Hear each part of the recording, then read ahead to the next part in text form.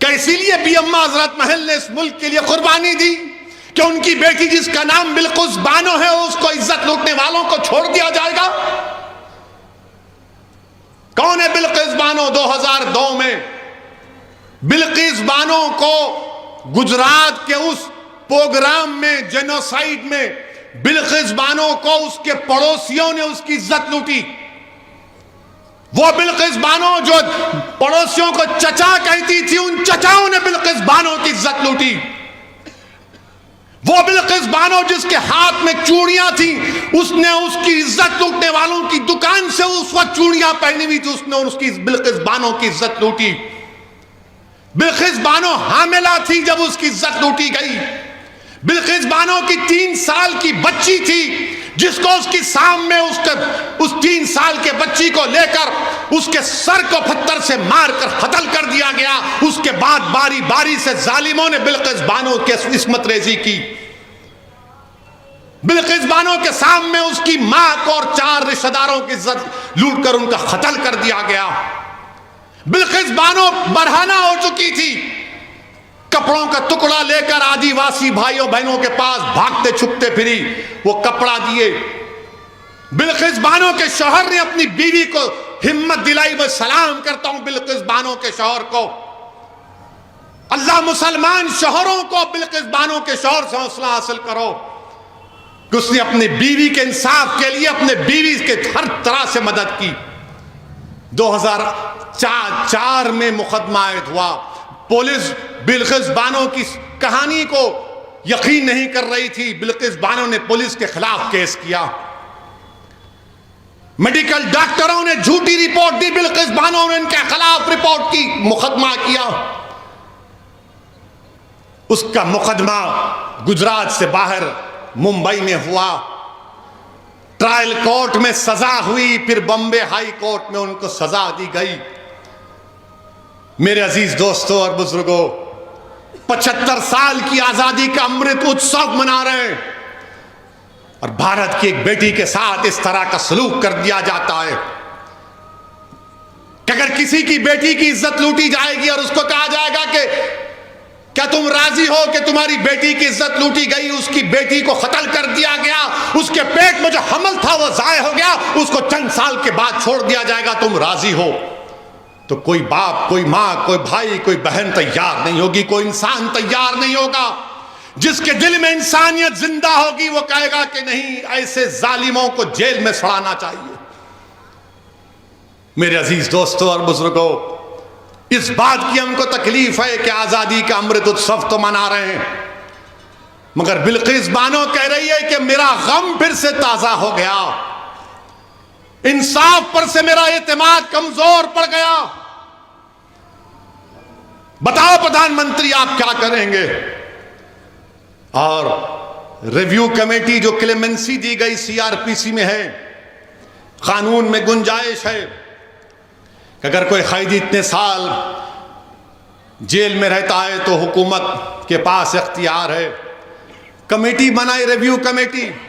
Review committee में कौन है? भाजपा के 5 लोग, 2 एमएलए उसमें, और एक साहब तो गोधरा के ट्रेन के उस वाक़े में प्रोसिक्यूशन के विटनेस थे, वो मौजूद। जो ट्रायल कोर्ट का जज की भी राय लेना पड़ता, उसने कहा कि नहीं छोड़ना चाहिए इन लोगों को जिन्होंने बिल्किस बानो की इज्जत लूटी, उसकी मां की इज्जत लूटकर 4 खवातीन को मार दिया, उसकी बेटी को मार दिया। ट्रायल कोर्ट के जज ने कहा कि नहीं छोड़ना चाहिए। आजादी का अमृत उत्सव मना रहे हैं।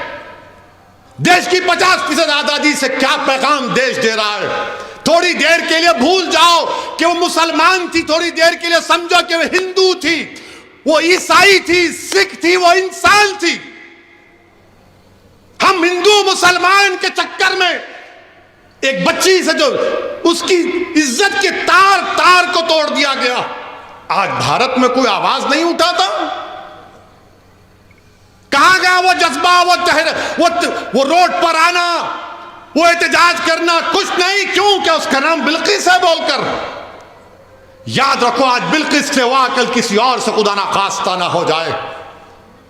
और वो क्या कहती है एमएलएज वो जो रिव्यू कमेटी के एमएलए एक टीवी चैनल के इंटरव्यू में कहती हैं, क्या कहती है?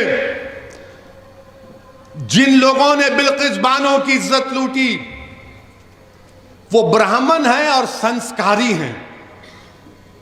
किसी की बेटी की इज्जत लूटने वाला संस्कारी हो सकता है जालिम? अगर तेरी बेटी की कोई इज्जत लूटे तो संस्कारी कहेगा तू उसको?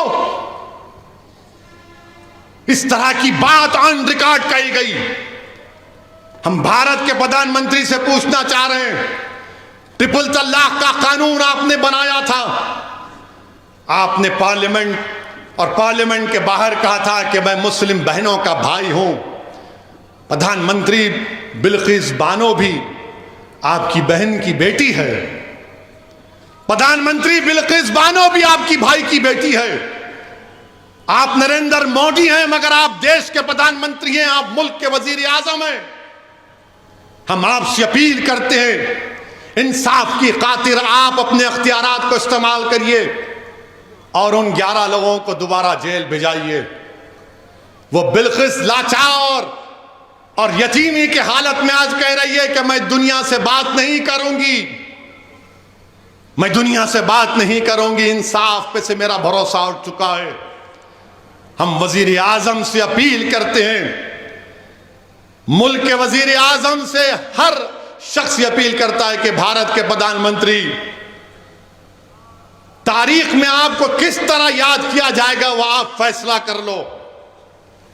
आप 2 इलेक्शन जीत चुके हैं मगर ये इंसाफ का मामला है, ये इंसाफ का मामला है। वजीर आजम, आप मुल्क के 133 करोड़ अवाम के वजीर आजम हैं, आप सिर्फ वोट डालने वालों के वजीर आजम नहीं है, देश के प्रधानमंत्री। आप अपने अख्तियारात को इस्तेमाल करो। बिल्किस बानो अपने घर से निकलने से डर रही है। हम देश के वजीर आजम से, मुल्क के वजीर आजम से कहना चाहते हैं, आजादी का अमृत उत्सव मनाइए मगर देश की 50% आबादी को आपकी सरकार ने, आपकी पार्टी ने गलत पैगाम दिया। ये खवातीन से नाइंसाफी है। जो इंसाफ को पसंद करते हैं वो मायूस हो चुके हैं। जो बाप अपनी बेटी के वास्ते परेशान है वो देखकर बोल रहा है कि मेरी बेटी का क्या होगा। इस मुल्क में कोई दिन नहीं जाता जब हमारी खवातीन पर जुल्म नहीं किया जाता।